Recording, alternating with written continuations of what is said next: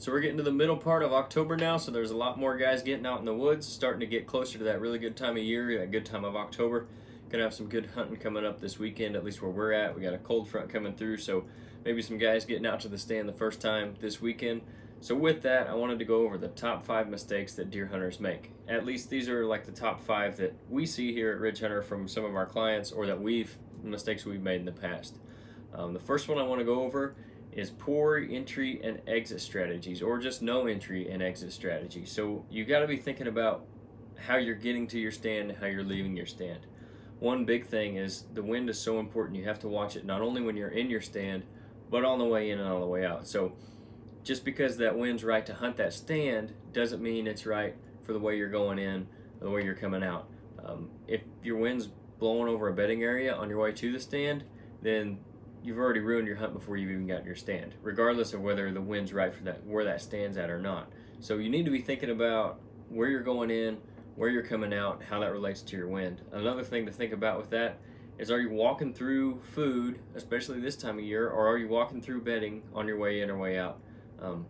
If you're going in the evening and you're walking through a big cornfield and a cut cornfield, and you get to your stand and all these deer filter out and you don't shoot anything, maybe nothing comes within bow range, you don't see that buck you're looking for, they all go out and filter out into this cut cornfield. Well, now you have to walk right back through it on your way out, and you're going to blow the whole thing out, and you may not see those deer again, especially if it's a mature buck. He's going to be smart enough to know he's not coming back there, definitely not coming back through there in the daylight. You might push him off that property and not see him again in the daytime. So got to be thinking about what you're walking through also. Of course, bedding, if you're walking through the bedding area, that's really bad. Even if the deer aren't bedded while you're coming in or going out, you're leaving that scent there. They're going to smell that when they do come back to bed.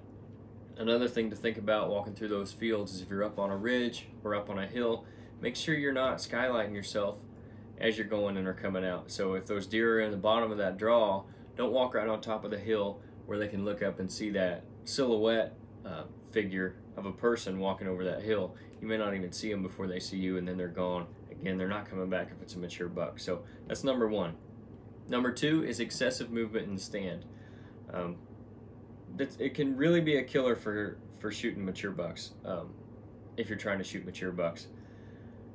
A big buck will stand in one spot for a long period of time, especially before entering a food plot or a field or going to a travel corridor, or even just leaving his bedding. He'll lay there and look around, and then he'll stand up and he'll stay in that one spot standing for a long time, just surveying the surroundings, see what's changing, see if he can catch any movement. So if you're up in your stand looking around, looking over his shoulder, turning around, trying to keep your eyes out of the sun with your hand or whatever, stuff like that, just excessive movement that you don't need to make, especially if you're standing up and you're looking. At least when you're sitting down, most of the time you're just moving your head, but if you're standing up, all of a sudden your shoulders are moving too.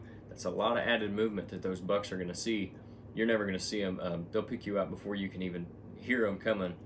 Turn around and go the other way, or they may just bed back down and wait till you leave to go through where they were going to go through. Except excessive movement is a big one. Number 3 is burning out stands or locations in general. A lot of guys might only have a couple of sets, and we've seen this on some client properties. They only have a couple of stands on a 40-acre piece, 50 acres, whatever it is, even 100 acres. A guy may only have 3 or 4 stands, and they're hunting those all through the season because it's the only place they have to hunt. Well, that's fine if it's the only property you have to hunt, but you got to pick those times, pick your spots to go hunt those stands, and try not to hunt one too much over the others. Spread them out where you can kind of spread your footprint out through that property, so you're not hunting the same stand every time. You don't become predictable to those deer. You're not leaving your scent there every night you go hunting. You're not blowing out deer every other night because you're going to that same stand if they're coming back. Another thing you can do as far as burning out locations is going in there and checking your cameras too often. I know we've talked about this on a couple podcasts, maybe I might have hit on it on another video too, but if you're going in and checking your cameras every week, every 3 days, you're leaving all your scent in there, you're making that much more noise, you're walking in and out, your wind may not be right, so there's a lot more chance for blowing out deer if you're checking those cameras too often. So that's another thing to think about. Make them accessible where you can check them when you're going in and out hunting. That way you're only making one trip and you're killing 2 birds with 1 stone, essentially, checking your camera and getting that hunt in. Try not to burn out those stands and hunt the same one over and over and over. Number 4, making too much noise. And I don't necessarily mean you're walking in and crunching leaves and breaking a few twigs, because that's almost impossible to avoid, especially when the leaves are dead, falling like in the woods. You're always going to make noise coming in and out, but that's a natural sound. The deer sound just the way we do walking through the woods. So where you don't want to make too much noise still doing that, that's, like I said, a natural sound. What you want to avoid are those unnatural noises, like metal on metal. So if you've got your bow in your hand or your bow on your bowstring and you're pulling it up and it clangs on your ladder or your steps, something like that, obviously noise you want to avoid. Any kind of clicking, like on a crossbow crank, for example, that's not a natural noise. Your phone going off, obviously that's not a good one.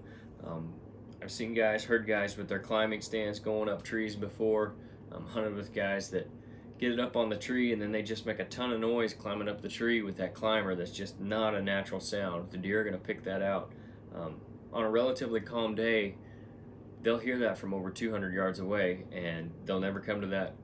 They'll never travel towards you. They'll just get up and go away from you and never even come to where you're at. So you'll never see those deer, never know they're even there, because you made too much noise coming in. And you may not even think about it. It may be one thing where you dropped something in your stand and it made one big clang, and that's all it took for you to not see any deer that day, and you forget about it. You wonder why. Well, it's because you made that unnatural noise that the deer heard, and they were gone long before you ever knew they were even there. So that's number 4.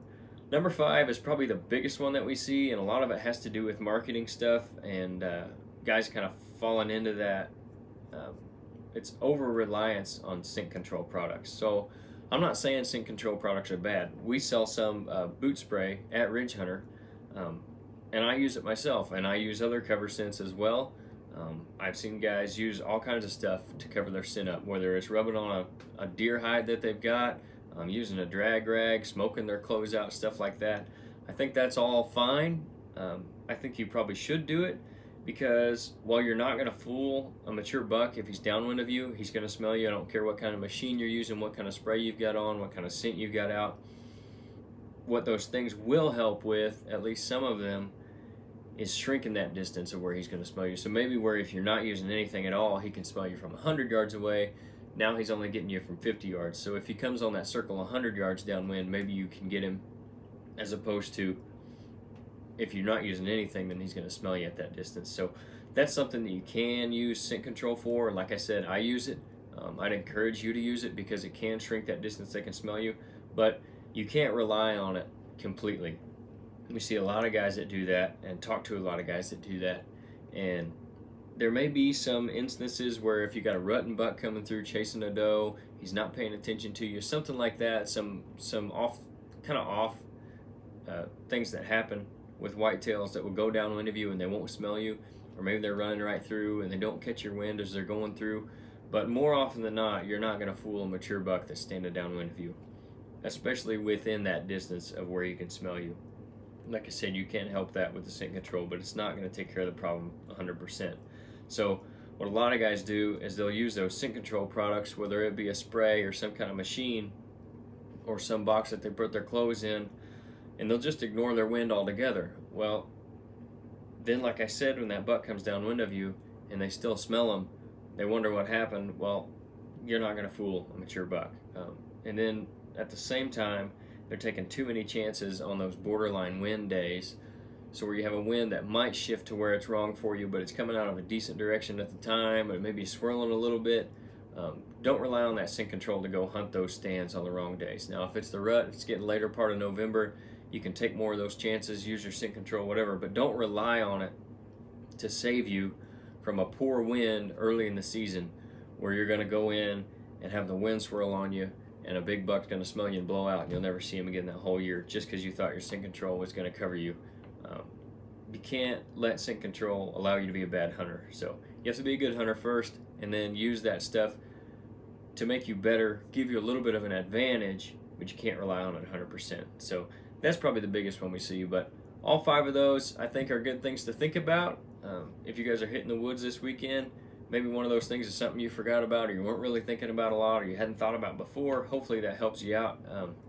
Like I said, this is all stuff we've done in the past too. So not only stuff we've seen guys, clients do, whatever it is, guys we've talked to up at the shop, stuff that we've messed up in the past, And again, just trying to pass it along and help some guys out. So hopefully that helps. We'll get another video out for you guys next week. We're going to start getting into some rut stuff here coming up pretty soon in the next probably 2 or 3 weeks. We're getting that time of year. A couple weeks from now, we'll be hitting on some rut stuff, so that's exciting. Hit some more strategies then with these videos and the podcast. Again, we'll have another podcast out this Friday. Catch it on YouTube, Spotify, Apple Podcasts. You can catch it on our website, ridgehunteroutdoors.com. All that stuff. So be on the lookout for that. Thanks for watching, guys, and we'll catch you next week.